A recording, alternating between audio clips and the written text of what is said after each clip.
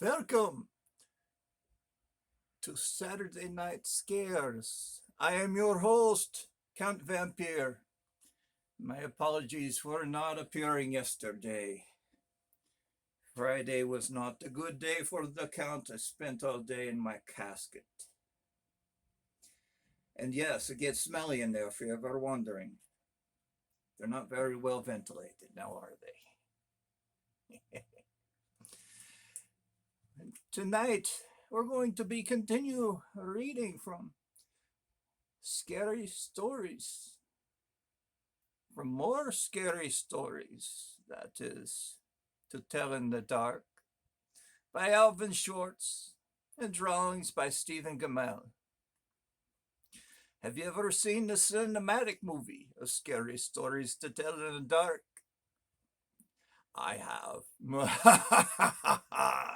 It follows very close to the book, sort of, kind of. Well, yes and no. It's a good movie, though. Scary movie. Go see it if you want to be scared. So, the story we will be reading is called Sounds. The house was near the beach. It was a big old place where nobody had lived for years. From time to time, somebody would force open a window or a door and spend the night there. Squatters, you know. They did that in my castle one time. Oh, they found out who was squatting real quick.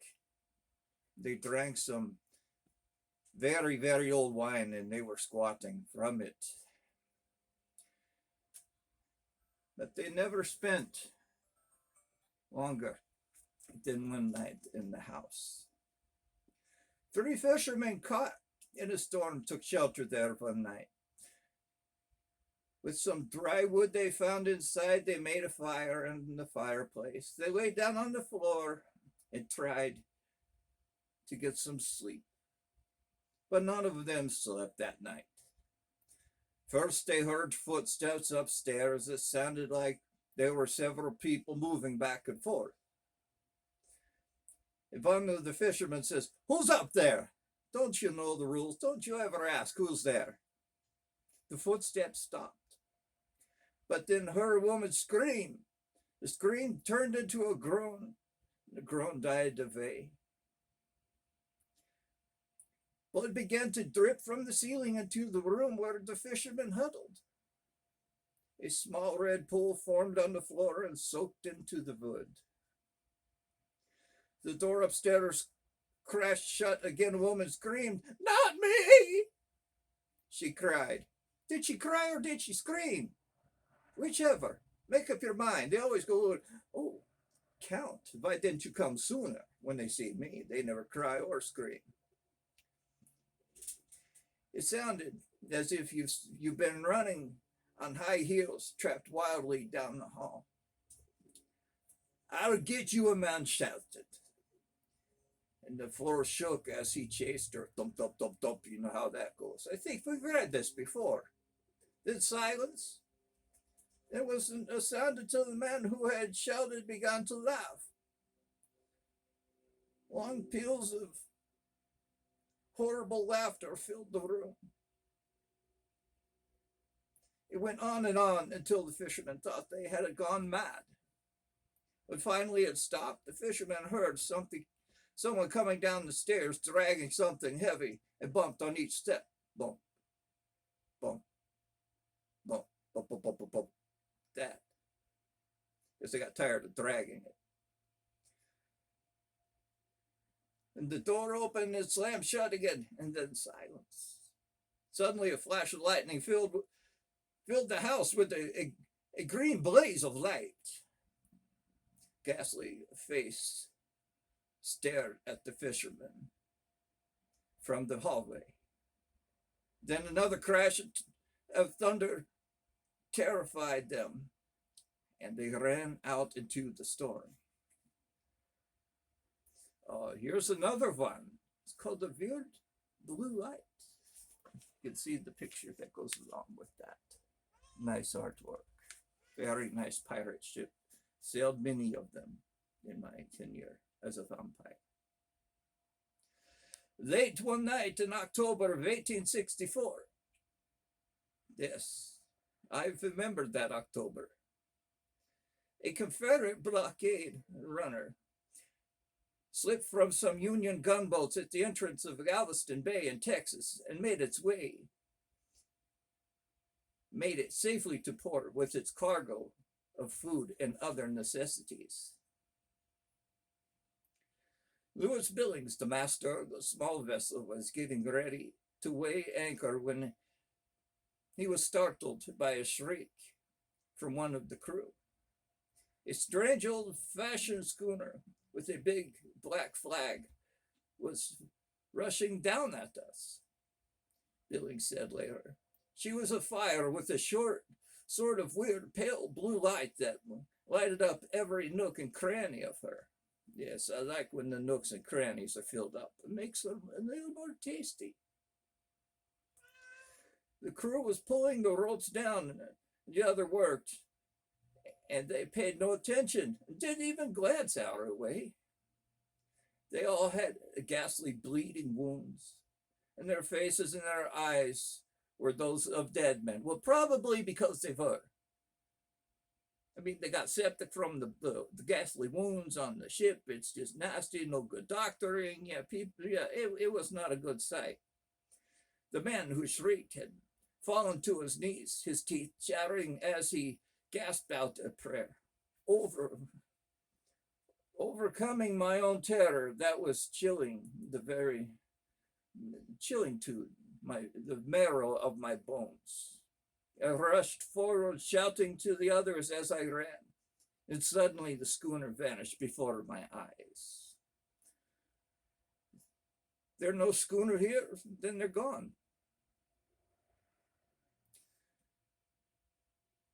Some say that it was a ghost, a Jean Lafayette, a pirate ship that sunk off of Galveston Island in 1821 or 22. That is true. There was a Jean Lafayette as a pirate. She has been seen again in 1892 in the same waters with the same crew. Jean Lafayette, one of the richest pirates to retire. He lived to retirement. It was about 25. All right, one more story. Somebody fell from a loft. I had signed on as an ordinary seaman on the falls of the Ettrick, a merchant ship bound for England. The first time I saw the ship, I never knew her right away. She was the old Gertrude Spurshoe. They painted it and called it a different vehicle. You know how that goes. Slap a new coat of paint, it's a new variant, or it's a new thing altogether. I had sailed on her for years before when she was painted brown and gold. See, I told you, they changed the paint and called it a whole new thing. That happens. And now she was painted black and had a new name, but it was the same ship for sure. Okay, so we get it. We understand that toy stores do this.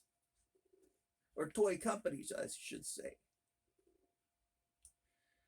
She had a pretty good crew for that voyage, except for one hard-looking ticket named McLaren. There's always one in the bunch. He was a pretty good seaman, but there was something about him that I didn't trust. I know that feeling all too well. He was kind of secretive, kept mostly to himself. One day, somebody told him that he had worked on the old Gertrude. For some reason, he got all a tremble over that. Then I catched him giving me more of those ugly black looks, as if he was itching to knife me in the back. Yeah, I know when people knife me in the back, it doesn't itch at all. It hurts. It hurts real bad. I guess it has something to do with the Gertrude, but I didn't know what. Of course, it has something to do with Gertrude. That ship is haunted. Well, the one day he was trying to work our way through a dripping black fog. You scarcely know when you have all the lights on. It was dead calm. There wasn't a breath of fresh air. The ship just lay there, wallowing in a trough of rolling and a rolling, going nowheres. That means there's no wind. And that's when you have to hold out the sweeps and row your own boat. Don't you know these things? I was standing my watch around the midships, and Laren was doing his trick at the wheel. The rest of the crew was scattered around one place or another. It was as quiet as could be. And then all at once, wacko! The thing hits the deck in front of the McLaren. Oh boy. You better get out your insurance cards. Hey, let's go. Screech turns my blood cold, runs cold, and he falls down into a faint. Pardon me, it's hard to see.